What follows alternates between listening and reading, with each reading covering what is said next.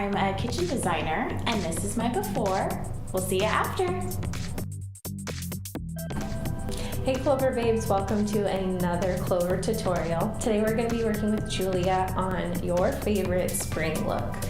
We, in our last video, worked on winter into spring look, kind of diffusing the harsh tones of winter and popping up certain colors. So this time we're going to play up all those fun tones that make us feel like the flowers are coming alive and everything that's really wonderful about spring. Right after that, we're going to be doing a quick tutorial on a fun springy do, something that's kind of mishappen and a little bit messy, braid, side buns. So tune in for that. I hope you enjoy. Here we go, starting with MAC Prep and Prime all over, then following up with NARS Sheer Moisture Foundation with an RC Cosmetics Kabuki Foundation Brush. Blend, blend, blend, and blend. Really nice, glowing moisture look. Following up, we are using our MAC Matte Bronze right away and tucking into her cheekbone. Julia has really great features, so we're just going to kind of tuck in here and enhance those cheekbones, popping them up in her hairline and down underneath her jawline.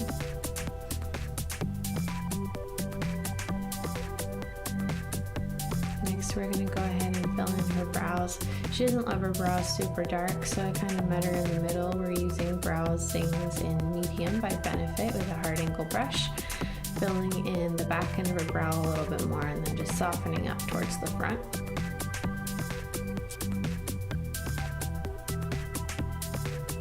Brows, brows, brows. And make sure that you're going with the growth pattern of the hair. It gives you a more natural brow look. So there we go.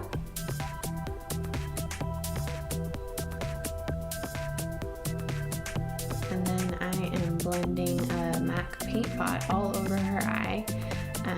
And this is kind of a nice purpley gray tone. It's going to give us a really good base to work on.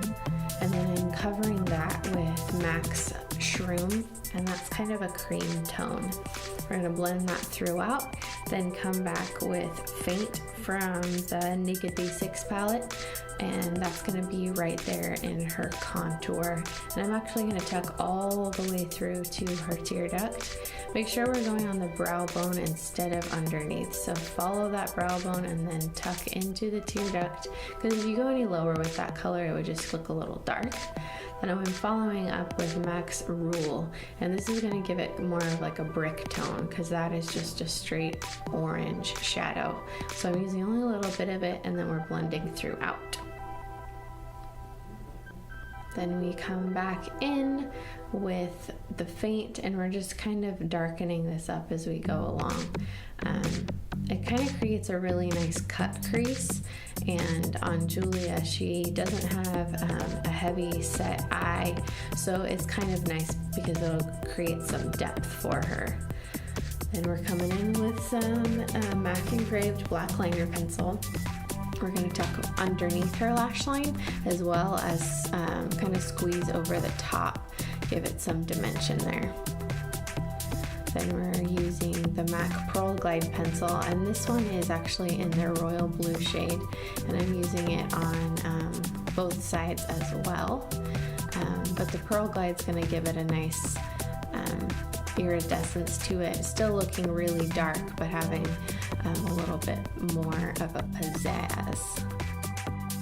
Next, we're going to move over to the lip here, and I'm using a Palladio lip pencil. It's in a soft pink that has a little bit of a bump of color to it, but not super bright. I wanted to give her some boost of color on her lip, and so we are kind of filling that in.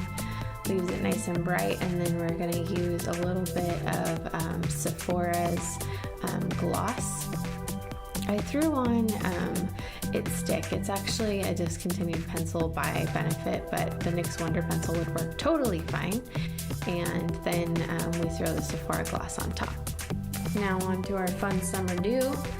I'm just pinning her hair back just out of the way right here. And what we're going to do is I'm sectioning out this front area And what we're going to do is I'm going to braid the two parts of her hair, which are kind of laying over each other in a diagonal so you don't see hard parted lines. And I'm doing a French braid here, so we're going to French braid that first section, and then we're going to French braid this bottom section right after. So I'm going to pin that out of the way, and then we're going to come back in, pin, I'm getting ahead of myself. Then we're going to come back in with that section that I pulled out of the way, and we're going to braid that in as well. So once we turn her, we'll be able to see, there we go, that the braid is tucked underneath the first braid. So we pin that in, and we kind of tuck it behind the ear so it sits soft over the ear and not kind of slicked back. Then we're using a little bit of Bumble and Bumble's thickening dry spun dry shampoo, and this is just great because it'll be able to give us a little volume. I'm going to section out the hair with a teasing brush and back comb it so we can give her some volume on the crown.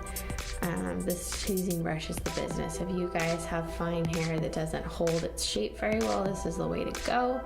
And make sure that you're sectioning in diagonals in order to get a more natural shape. So we comb it down to get all of the kind of rats out of it, and then we'll create a good roundness. And I'm just tucking the hair over itself in kind of a side swept hairstyle, and then I kind of ponytail the two together so the braid's on one side and the side sweep on the other, and then I'm just kind of going to pin this bun together. And you want it to be messy, you want it to have little hair sprays, if you will, and I'm just going to kind of tuck those last bits in, and then we're going to kind of pull it apart. And by pulling it apart, it doesn't look so planned and intentional. Make sure you're not squashing your volume. Taking my teasing brush and pumping that volume back up. Then we're using the Redken Quick Dry 18 finishing spray. Pull those little tendrils out and you have a really fun summer do in like 5 minutes. Looks nice, doesn't look too messy, but doesn't look too planned with your fun spring summer makeup. Thanks for watching.